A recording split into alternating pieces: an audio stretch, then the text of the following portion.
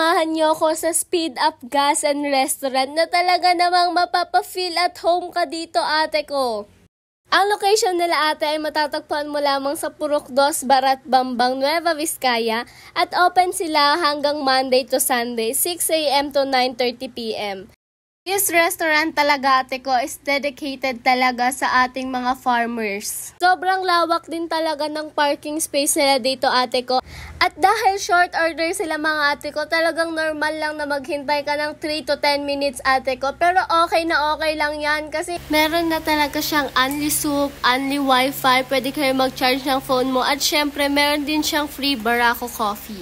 At ate ko, meron ka rin pwedeng paglaruan ng mga darts dyan. And kapag gusto mo namang mag-chill-chill lang, meron dyan, ate. At kung may kasama kang bata, pwede mong ilagay, te, kasi may crib sila doon na super perfect at sobrang lambot din ng sofa, ate ko.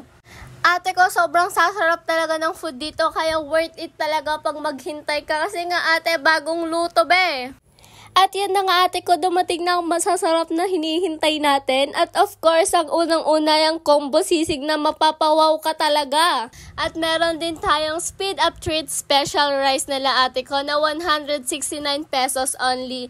Meron ka ng rice, egg, Shanghai, chicken, pork, at vegetable, ate ko.